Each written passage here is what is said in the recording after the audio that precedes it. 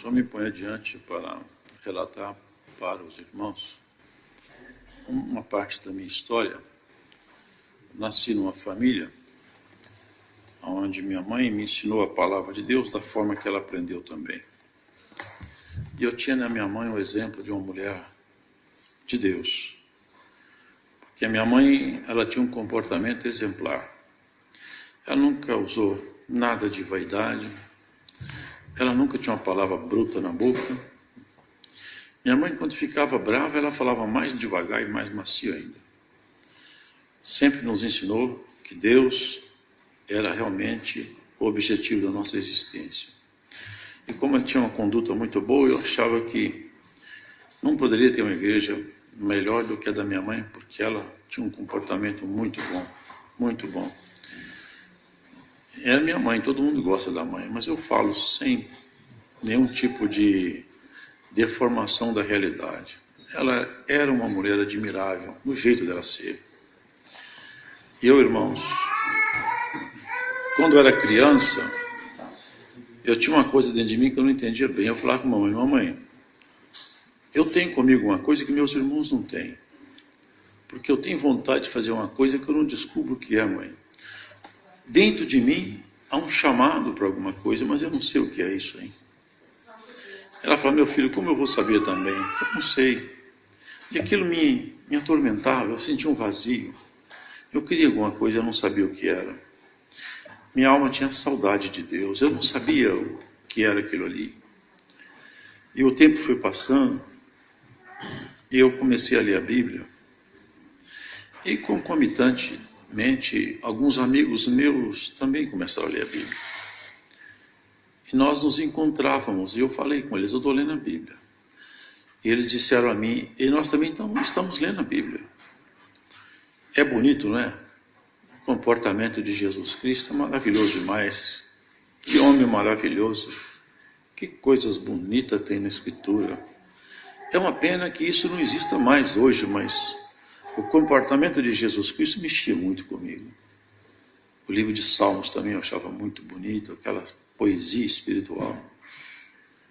Eu chegava a escrever, eu pegava um papel e ficava escrevendo o livro de Salmos. Eu falei: como pode uma coisa tão linda assim?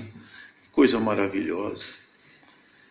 Só que, irmãos, embora que minha mãe fosse uma mulher especial, zelosa, a doutrina da igreja onde ela estava não era capaz de modelar Cristo no coração de ninguém, não modelou no meu também não. E o fato é que, encontrando com esses amigos, nós encontrávamos algumas coisas na Escritura que perturbavam a gente. Eu falei: escuta, eu li na Bíblia que existem dons. Nós lemos também. E cadê os dons? Eu não sei onde estão, mas na Bíblia fala que existe isso aí. E outras coisas mais. O Espírito de Deus se expressando, que olha que coisa bonita isso aí. E eu comecei a falar com a mamãe: mamãe, eu acho que essa igreja nossa não está certa não. Ela falou: meu filho, essa igreja nossa tem os homens mais sábios do mundo aqui. Esses homens têm uma formação invejável. São homens muito estudados. Eles sabem tudo. Eu falei: tá bom, mamãe. Eles sabem tudo, mas nossa igreja não é o que eu vejo na Bíblia. Não é. Não, filho, você está fazendo confusão, porque você não conhece. Eu falei: tá bom. E o tempo passou. Meus amigos encontravam com eles ainda. E eu perguntava: vocês estão lendo a Bíblia ainda? Eu falei: nós estamos lendo ainda, lendo a Bíblia. Só tem um jeito para nós montar uma igreja para nós, porque essas igrejas que estão aí não tem o que está na Bíblia não. Irmãos, eu continuei lendo a Bíblia, eles também. E eu falei com minha mãe: olha, eu vou largar essa igreja nossa aí, não vou ficar nela mais não. Eu falei: meu filho, se você largar essa igreja, você vai direto para o inferno. Porque a nossa igreja é a igreja certa. É a igreja milenar. Você não pode largar essa igreja. Nós vamos fazer o seguinte: eu vou pôr você para conversar com um homem que conhece Deus como ninguém. É o homem mais sábio que nós conhecemos. Ele vai conversar com você. Falei: pode marcar reunião com ele. Eu fui até a casa dele, uma casa de 3 andares. No andar de baixo, subterrâneo, ele tinha uma adega e uma biblioteca. Cheguei até ele.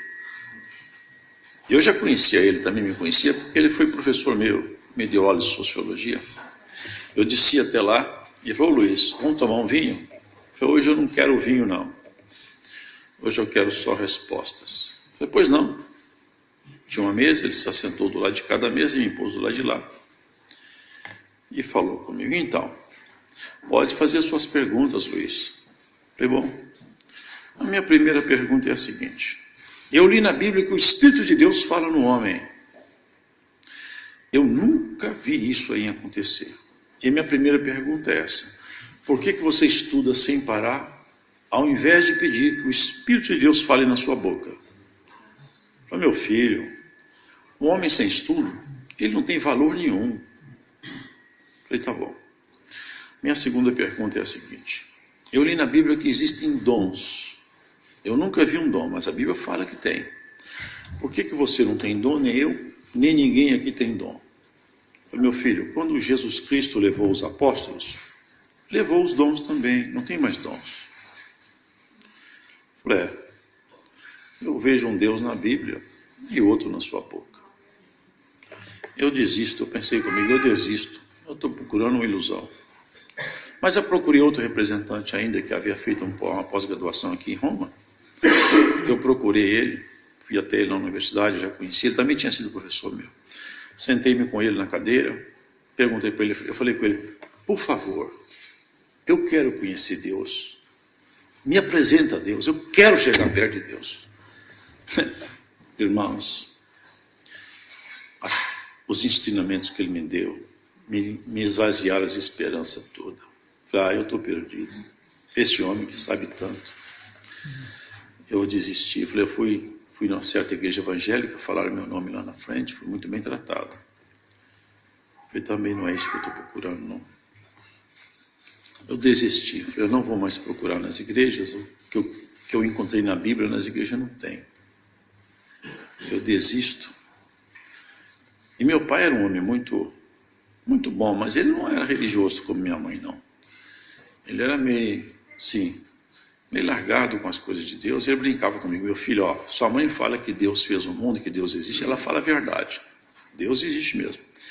E ele que fez o mundo mesmo. Mas eu vou te falar uma coisa: ele fez o mundo e foi embora e nunca mais voltou aqui. Isso aqui está uma coisa ruim para mim. E eu ficava pensando que talvez a explicação para tudo isso aqui não esteja aqui mesmo, não. Estou procurando um lugar errado. Esses religiosos, eles só conhecem religião, Deus eles não conhecem. Eu vou procurar Deus talvez em outras civilizações. Eu imaginava que talvez seres de outros planetas, civilização alienígenas, tivessem uma condição de conhecimento mais avançado e tivessem eles, então, uma resposta para tudo. Eu me dediquei, então, ao estudo, me filiei a uma certa ordem, e daí para frente eu comecei uma busca interminável. Me filiei a uma ordem de pesquisa metafísica, e eu experimentei coisas que são coisas que existem, são terríveis demais, mas eu achava que era poder mental. Nunca imaginei que fosse coisa do inimigo. Porque com ele também eu nunca quis nada, até porque eu parei de acreditar nele. Os amigos falavam essas coisas assim: olha, se existe mesmo um demônio, uma assombração, manda ele lá em casa falar comigo, eu quero ver ele. Eu estava louco, não sabia, né? Mas Deus teve dó de mim. Eu só vejo assombração, diabo, essas coisas, em homem medroso. Homem corajoso, eu nunca vi relatar que viu essas coisas aí. E o fato é, irmãos, que eu comecei então a fazer esses estudos. Eu trabalhava, estudava, me formei, tinha uma vida normal. Ninguém sabia da minha procura metafísica secreta, né? Também me filiei ao grupo de ufólogos. E eu vi muita coisa. Eu ia em Belo Horizonte uma ocasião, na Praça 7, uma praça grande, com pessoas desconhecidas. Eu vi esse espírito de adivinhação que Paulo expulsou daquela moça. Eu vi esse espírito ali, só que eu não acreditava que era espírito, não. Ele falava assim com uma pessoa: você está desempregado, tem 3 filhos, sua mulher te largou. Você está com problema de saúde, isso nos seus rins. Você, esse chapéu na sua cabeça nem sequer é seu, você tomou ele emprestado esses dias. E foi assim. E eu falava: é isso aí, não. Esse é o poder da mente, é o segredo, é a mente do homem. Depois eu estudava na universidade e lá tinha um moço Eu nem lembro se ele estudava lá, aliás. Estudava não. Mas você precisa conhecer fulano de tal. Flávio. Ele procura as coisas que você procura também. Eu falei, me apresenta a ele. Eu queria, porque eu tinha visto muitas coisas, mas eu queria ver a telepatia. Alguém que conseguisse ler o pensamento do outro. Eu falei com ele, Flávio, você lê minha mente? Ele ficou me olhando. Eu não consigo ler sua mente. Mas se você externar, seja o que for, eu falo. Ah, muito bem. Se eu escrever num papel meu pensamento, você fala? Eu falei, falo. Então tá bom. Pegou uma caneta, pegou um papel. Ele ficou me olhando, eu falei, não senhor, você não vai olhar o movimento de minha mão. Vira de costas. Ele virou, falei, vai lá para o fundo do corredor da universidade. Ele foi lá para o fundo. E eu escrevi, eu falei, agora Flávio, você vai passar a maior vergonha da sua vida, porque também eu sou esperto, conheço isso aí. Que não tem ninguém para te falar, passar cola, nem se vai ver o movimento da minha mão. Eu escrevi assim, a vida não é somente matéria, mas também espírito. Quando eu fui escrever espírito, eu errei, risquei, escrevi por cima espírito. Peguei o papel e fiz assim. Tinha uma janela de madeira do meu lado, eu coloquei. Falei, aí Flávio, fala o que eu escrevi.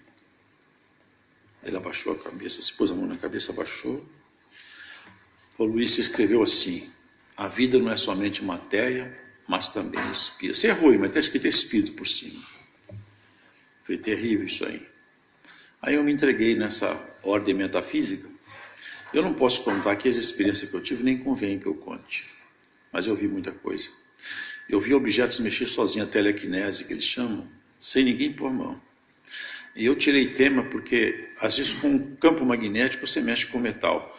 Nós tínhamos colocado um objeto inerte a magnetismo, isopor.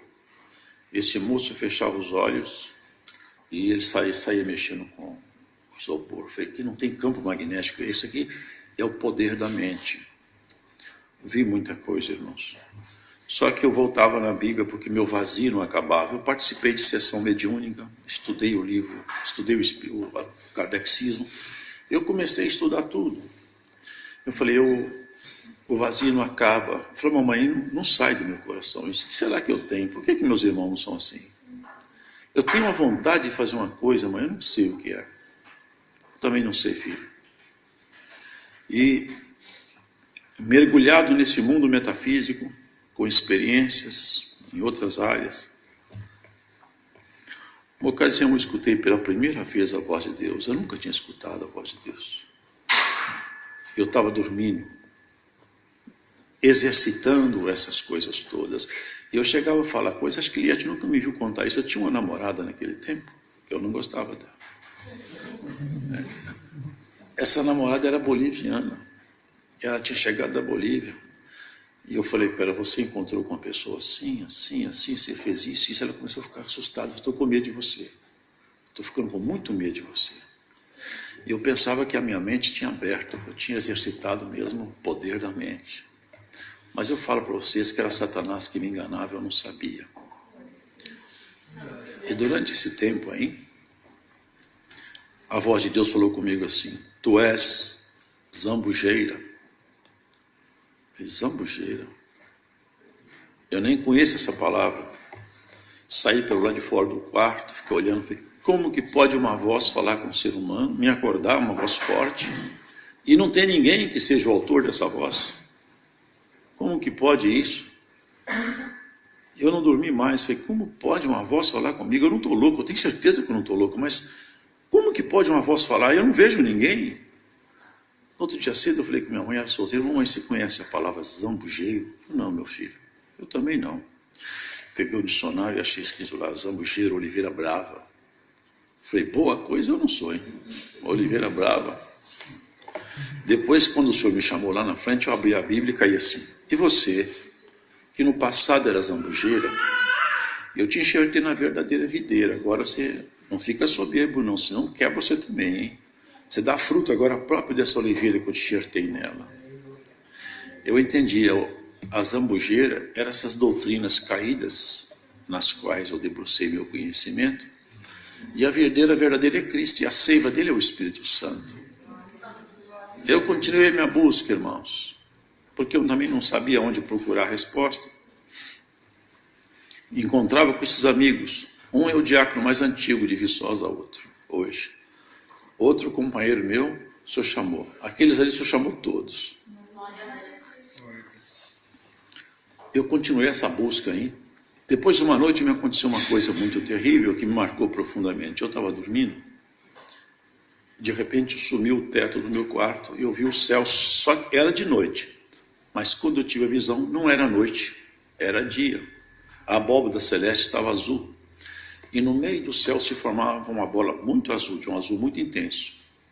E era um barulho muito forte, as pessoas caíam com essa bola que se abria, como se o céu fosse aberto por dentro, lá de cima. Alguém abrisse, ele começou a abrir. E eu percebi uma coisa terrível. Eu falei, Jesus Cristo vai descer aí. E se ele descer, eu vou direto para o inferno. Isso ninguém falou comigo. Essa consciência plena tomou meu ser. E eu gritei bem alto, meu Deus, é o juízo final. Mas eu não estou preparado. Eu tremia, um pânico tomou minha alma, um medo sem limite, que eu percebi que eu ia ser condenado. Eu falei, não há justificativa para mim. Eu não tenho justificativa, eu vou ser condenado agora. E eu falava, eu não quero ver Jesus Cristo agora, eu não quero. Eu não posso ver ele agora. A cena parou. E eu estava com meu coração disparado, eu queria sumir dali.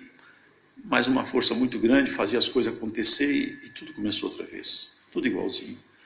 E eu ficava com medo. Dessa vez ele vai aparecer. Mas ele não apareceu. E uma terceira vez mais, irmãos, eu fiquei em pânico. Suava muito, muito assustado, o coração disparado. Eu falei, o que eu vou falar com as pessoas? Como que eu vou procurar um lugar que faça o homem preparar para o juízo final? Onde que eu vou procurar isso? Os teólogos que sabem tudo não me falaram nada. Eu estou perdido, eu não sei onde eu vou procurar isso aí. Eu começava a ler a Bíblia outra vez. Até que um dia eu morava em Ouro Preto, trabalhava na universidade lá, depois eu fui convidado para a Universidade de Viçosa, onde eu me aposentei. Mas nessa ocasião eu estava em Ouro Preto. Eu ia aos finais de semana em Viçosa, da onde eu sou, para visitar meus pais. Eu estava lá, um amigo meu falou, rapaz, tem uma igreja aí que tem as coisas que a gente falava. E ele falou assim, até demônio se entrar lá, eles expulsam, viu? Ah, é? Tá bom. Depois o outro falou comigo mais detalhe. Me leva lá, deixa eu lá ver. Fui lá, barbudo, eu usava barba. E cheguei lá, era de dia, de óculos escuros, estava sol. E tinha batismo, eu nem sabia o que era batismo. Entrei, subi a rampa, mas cara, na verdade não era igreja, era uma saleta assim. Fui um amigo meu comigo, que havia falado que existia essa gente. Nós entramos, essa pessoa que estava lá, depois se tornou grande amigo nosso, orou no meu casamento. Eu já levou, chamava-se Pedro Tondim. Ele estava atendendo um batismo. Eu era praticante de arte marcial e fui professor de karatê. E eu aprendi que o homem não pode chorar. E eu hoje resisto para não chorar. Hoje várias vezes eu quis chorar e segurei. Sou chorão, mas choro escondido. Mas eu choro. Mas naquele tempo eu não chorava não. E eu quando olhei para o meu amigo ele estava chorando. E eu fiquei muito bravo. Falei, que vergonha. Chorando igual uma mulherzinha que perde todo mundo. Eu fiquei muito bravo, eu fiquei sem lugar, falei, puxa vida, perde mim ainda, que vexame. Ele começou a chorar, depois ele falou assim, eu vou batizar. Pá, bom, agora é só o que faltava. Você está chorando, ele vai batizar. Ainda eu pensando comigo, você nem conhece essa doutrina, que gente é essa, que povo é esse? Não é assim, a gente não batiza assim não. Você vai batizar na doutrina que você não conhece. Eu pensando, eu fiz assim nele para segurar, eu falei, rapaz, você tem que aprender que não é assim. Quando eu ia segurar ele, me caiu um temor do céu, não foi Deus que fez isso aí, porque eu não tinha esse temor. Me veio esse pensamento. Deus forjou esse pensamento em mim. Se essa obra for de Deus, eu não ponho minha mão. Mas se for, eu tiro o meu amigo, nem que ele é bobinho demais. Ele batizou mesmo. Eu estava com ele por aqui na garganta, quando chegou lá fora, eu contei a prosa que eu queria para ele. Chorando e na batiza, eu falei com ele que eu quis. Ele falou, calma. Está tudo muito bem. Agora só tem uma coisa. Quando eu subi essas escadas, eu olhei para o céu e falei, meu Deus, eu cansei das bandejas que o mundo oferece, eu cansei. Como eu desejava ter a bandeja de Deus perante mim para eu comer uma comida celestial. E esse homem parou, olhou para nós, Você viu? Eu falei, vi. Deus falou, você entrou aqui e falou que você cansou da bandeja do mundo, não foi? Pois eu te mostro a minha bandeja, a minha palavra. Aqui é meu Espírito que fala com você e eu não quero nada assim, eu só quero o seu coração. Eu chorei. Deus falou tudo que estava no meu coração, que eu conversei. Aquele homem falou tudo. Você tem que confessar porque ele falou que você ouviu também. E tudo bem, eu ouvi. Mas eu acreditar que era Deus, infelizmente eu não acreditava. Falei, tá bom, deixa para lá então, não vou discutir não. Mas deixa ele aí, vai ficar nessa igreja então, pronto. Fui embora. Um dia eu voltei lá em Viçosa e encontrei com ele, eu sempre encontrava com ele. E aí, já está naquela igreja ainda? Falei, estou, e nunca mais vou sair de lá. Falei, o que te dá essa segurança de achar que você nunca mais vai sair de lá? Da onde você tirou essa certeza aí? Você sabe de onde eu tirei? Eu falei, não, eu estou interessado em saber.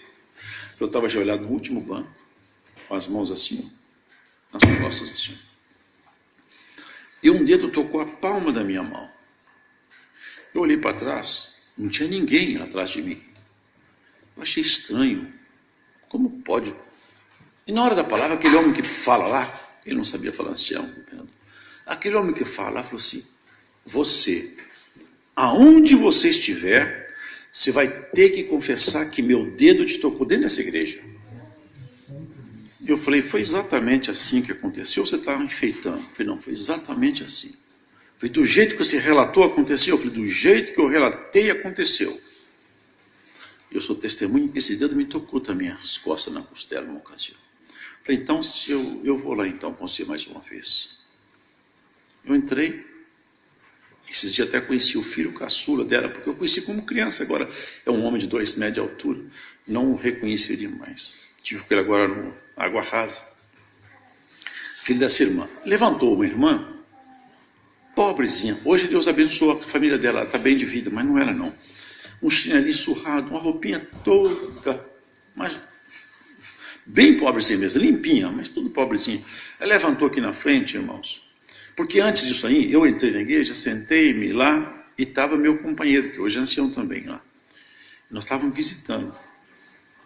Eu saí por lá de fora da porta assim, e ele também saiu. Nós falamos assim, não sei o que está acontecendo no meio dessa igreja aqui, rapaz. Eu entro aqui, me dá uma vontade de rir, uma alegria tão grande, e esse povo vai pensar que nós estamos rindo dele. Mas eu não sei que alegria é essa que me toma, eu também não sei. Essa alegria também me toma aqui dentro. Então, irmãos, nessa ocasião que a irmã começou a testemunhar, ela contou essa obra. Ela estava com câncer. O câncer tomou conta de todo o seu corpo. Os médicos fizeram uma abertura no abdômen dela para tentar fazer alguma coisa, costuraram, falaram com ele, olha, não dá para pôr a mão aí. O câncer tomou conta de tal maneira do corpo dela que ela virou, é uma metástase só. Infelizmente, eu nem vou tentar mexer nela. Você se conforma com sua sorte, você é um homem viúvo. É só você passar aqui, eu te dou atestado de óbito, não precisa nem trazer ela aqui mais. Não tem o que fazer. Se é um homem pobre, leva ela para casa, aqui não tem o que fazer com ela. Ela contava lá. Ela falou com esse meu bem, eu estou desenganada. Me leva na igreja pela última vez, eu quero ouvir a voz de Deus. E o irmão, quando chegou, ele pediu para os últimos irmãos do banco saírem, porque infelizmente o cheiro dela não era insuportável. Sai daí, deixa, eu quero minha esposa entrar com ela na hora da palavra só. Na hora da palavra você falou assim, ô minha serva, você entrou aqui hoje, se você tem câncer, eu te curo, eu sou teu Deus. Ela falou assim, você crê? Eu creio, Senhor. E aquele dia ela foi curada na palavra e nunca mais o câncer voltou. Tem mais de 40 anos, até hoje nunca mais voltou. E ela contou isso daí e sentou-se no banco. E quando ela sentou-se no banco, o senhor tomou ele em línguas. E eu falei com o moço do meu lado, escuta, quem ensinou essa mulher a falar hebraico? Essa mulher não sabe falar nem português. Isso é dom de Deus. Eu falei, dom de Deus? E na hora de orar, eu fiquei vendo isso e falei assim, aleluia. Eu falei, por que você fica fazendo isso aí? É a presença de Deus, é a virtude do Espírito Santo. É a virtude do Espírito Santo. Você tem certeza que é o Espírito Santo que está nessa igreja? Eu tenho certeza. Porque se for mesmo, não adiantou nada eu encontrar, porque o Espírito Santo não vai chegar perto de mim. Mas eu fui com aquela testemunha daquela mulher no coração. Ela voltou em Viçosa uns tempos atrás. Agora eu conheci esse menino dela, que era menininho quando ele foi embora. Agora está um homão. Encontrei lá na Água Rasa. E eu fiquei pensando naquela irmã. Falei, puxa, se fosse uma moça bonita, bem perfumada, honestamente eu não ia acreditar nisso. Mas aquela mulher sofrida, machucada pela vida, ela não foi fazer teatro, não. Ela contou a verdade. Eu voltei para Ouro Preto e meu pai ficou doente. Me ligaram e falaram, seu pai não está bem. Eu corri para Viçosa, no hospital. Meu pai agravou-se muito a enfermidade sobre ele. Até que o médico da nossa família falou, Luiz, acabou, infelizmente seu pai morreu. Ele era amigo da família até hoje, né? Chama sua tia lá, ela te baixar, acabou tudo. Ele não pode ter acabado, foi acabou. Mas não pode ter acabado assim, eu nem despedi ele, mas acabou, não tem mais o que fazer. Eu fechei os olhos e lembrei daquela mulher falando, Deus me curou do câncer. E eu fumava 2 maços de cigarro por dia. Eu estava com um cigarro no bolso. Falei, se Deus fez para aquela mulher lá, aquela mulher falou a verdade. Eu vi no olhar dela que ela é mulher de verdade. Se Deus curou ela, pode curar meu pai também. Falei, meu Deus, vou fazer um trato com o senhor aqui hoje. Nunca mais eu fumo. O senhor devolve meu pai para mim e eu nunca mais vou fumar. Peguei uma cigarra, dei para meu irmão caçula, que hoje também não fuma mais porque o senhor chamou ele. Falei, o que foi? Eu parei de fumar agora. Falei, por quê? Razões minhas. E fiquei quieto, parado no hospital. Passado um tempo, não sei quanto, veio o médico balançando a cabeça. Luiz, não estou entendendo mais nada nesse hospital. Falei, o que foi? Seu pai voltou à vida. Ele voltou à vida, eu vou levar ele embora para casa. Levei meu pai para casa e levei a fé dentro do meu coração. Falei, Deus escuta um homem. E nunca mais eu fumo. Eu tinha tanta vontade de fumar que eu saí andando pelas ruas. Saí do apartamento meu europeu, saí andando pelas ruas. Falei, fumar eu não vou, porque eu fiz trato foi com Deus e Deus me escutou. Não fumo mais. Falei, quer saber mais de uma coisa? Eu vou voltar naquela igreja lá. E voltei lá, vi o irmão que pregava, semi-analfabeto. Ele não construiu uma frase em português sem errar pelo menos tudo. Mas o Espírito de Deus falava nele, que eu não achei essa expressão naquele sábio. Falou comigo, ô Zaqueu, você subiu na figueira para me ver passar, porque eu parei de beber, de fumar. Essa noite eu vou cear contigo. Eu não entendi, mas guardei a palavra. E o cooperador da cidade me chamou para ir na casa dele. Falei, você vai me visitar hoje? Eu falei, vou visitar. A esposa dele fazia um salgadinho muito bom. Falei, eu vou comer o salgadinho e vou embora, porque esses crentes têm um tal de orar que eu não suporto isso ainda daqui a pouco. Vamos orar, eu vou embora antes. Eu comi o salgadinho, tomei um cafezinho, falei, agora eu vou embora. Quando eu estava saindo, disse, alto lá, agora nós vamos orar. Falei, pronto, aí. É isso que eu não queria. Fiquei no quarto, falei, não, vou orar aqui no quarto. E ele ficou assim, e eu fiquei preso lá, em volta da cama dele lá. Puxa vida, agora não tem que sair daqui não. E eu vi ele falar assim, aleluia! Já não falo isso não. Glória a Deus! Falei, não. Fiquei ouvindo aqui tudo ali, esperando acabar para eu ir embora. Eu vi o diabo fazer muitas coisas, eu vi ele adivinhar, eu vi ele mexer com as coisas. Eu não ia falar, muitas coisas eu vi ele fazer, muitas. Mas eu digo para vocês, eu nunca vi, e ele não tem competência para isso, imitar a virtude do Espírito de Deus no coração de um homem. Ele não tem. Aquela noite, irmãos, eu senti uma coisa tão bonita, tão santa, tão pura. Começou a entrar no meu coração um sentimento. Aquilo que eu falava à minha mãe, mamãe, o que é que eu tenho que fazer? Aquele dia eu tive minha resposta. Você tem que encontrar com o seu Criador. Eu comecei a sentir uma coisa tão boa, que eu falava aleluia, eu falava aleluia. E quando eu falava aleluia, aumentava no meu coração. Eu queria que eles falassem mais depressa para eu falar mais, porque quando eu falava eu sentia. Eu falei, glória a Deus, glória a Deus, e aquilo entrava no meu coração, aquela virtude.